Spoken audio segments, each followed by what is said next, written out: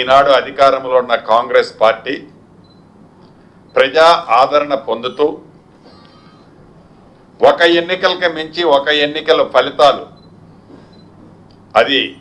ఓట్ల శాతంలో కానివ్వండి, నియోజకవర్గాల పరంగా అత్యధికంగా కాంగ్రెస్ పార్టీ ఓట్లు వచ్చిన నియోజకవర్గాల పరిధిలో కానివ్వండి, మనం చూసినట్లయితే కాంగ్రెస్ పార్టీ ప్రతి ఎన్నికల్లో ప్రతిపక్షాలు ఊహించిన దానికంటే అత్యధిక ఓట్లు సాధించుకుని వస్తున్నది. కాబట్టే దాన్ని జీర్ణించుకోలేక ఇద్దరు బావమరుదులు పితామహుడు అని చెప్పుకునే మహానుభావుడు ఫామ్ హౌస్లో కూర్చొని ఈ ఇద్దరు ఒంటి నిండా విషము నింపుకొని ఏ రకంగా ఈ ప్రభుత్వం మీద, అది నేలకు సంబంధించిన విషయాలు కావచ్చు, మిగిలిన విషయాలు కావచ్చు, అది గోదావరి పరివాహక ప్రాంతంలో ఉన్న ప్రాజెక్టులు కావచ్చు,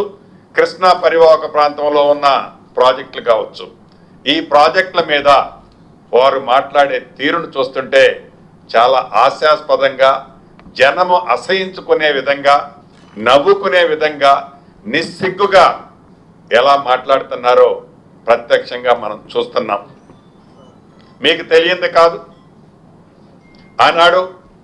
కాంగ్రెస్ నాయకుడిగా దివంగత నేత రాజశేఖర రెడ్డి గారు పాదయాత్రలో చేసినప్పుడు రాష్ట్ర వ్యాప్తంగా పాదయాత్ర చేసి పేదవాడి కష్టాలు ప్రత్యక్షంగా చూసి ఈ పేదవాడి కష్టాలు పరిష్కారానికి ఏకైక మార్గం గోదావరి పరివాహక ప్రాంతంలోని గోదావరి నీటిని సఫిషియెంట్గా తెలంగాణ ప్రాంతానికి కానీ మిగిలిన ప్రాంతాలకు కానీ వాడుకోవాలని, అదే రకంగా కృష్ణా పరివాహక ప్రాంతానికి సంబంధించిన నీటిని ఆ ప్రాంతాల్లో, అది మహబూబ్ నగర్ కావచ్చు, నల్గొండ కావచ్చు, ఖమ్మం కావచ్చు, ఆ ప్రాంతాల్లో కూడా సమృద్ధిగా రైతన్నకి నీరిస్తే తప్ప ఈ కష్టాలు తీరవని జలయజ్ఞంలో భాగంగా ఆనాడు అనేక ప్రాజెక్టులు చేపట్టి దాంట్లో భాగమే ఏదైతే ప్రాణహిత చేవెళ్ళ ప్రాజెక్టు. ఈ ప్రాణహిత చేవెళ్ళ ప్రాజెక్టు తుమ్మిడిహట్టి దగ్గర కడితే హైట్ ఎక్కువ, అత్యధిక హైట్లో ఉన్న ప్రాంతం, సమృద్ధిగా నీళ్ళుంది, సిడబ్ల్యూసి పర్మిషన్ ఉంది, తక్కువ ఖర్చుతో అది కన్స్ట్రక్షన్ కాస్ట్ 38,000 కోట్లతో పూర్తవుతుందని తలంచి ప్రతి సంవత్సరం యాన్యువల్ మెయింటెనెన్స్ సంబంధించిన దాంట్లో విద్యుత్ ఖర్చు అయ్యే దాంట్లో కూడా సుమారు 3,500 మెగావాట్లతో ఈ ప్రాజెక్టు 12 months సఫిషియెంట్ వాటర్ ఇవ్వచ్చు అని ఆనాడు అక్కడ ప్రాజెక్ట్ ని స్టార్ట్ చేసి సుమారు ఉమ్మడి ఆంధ్రప్రదేశ్లోనే 5,600 కోట్లు పైగా ఖర్చు పెట్టడం జరిగింది ఉమ్మడి ఆంధ్రప్రదేశ్లో జలయజ్ఞంలో భాగంగా.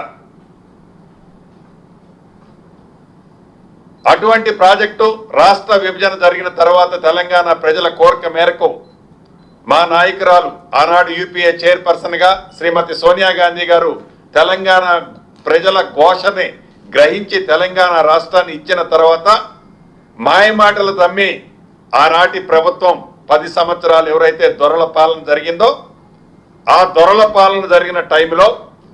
వారి టైంలో కూడా ఏదైతే ఈ ప్రాణహిత చేవెళ్ళ తుమ్మిడిహట్టు దగ్గర ఆనాటి ఉమ్మడి ఆంధ్రప్రదేశ్లో సుమారు 5,600 కోట్లు ఖర్చు పెట్టిన ఆ ప్రాజెక్టు మీద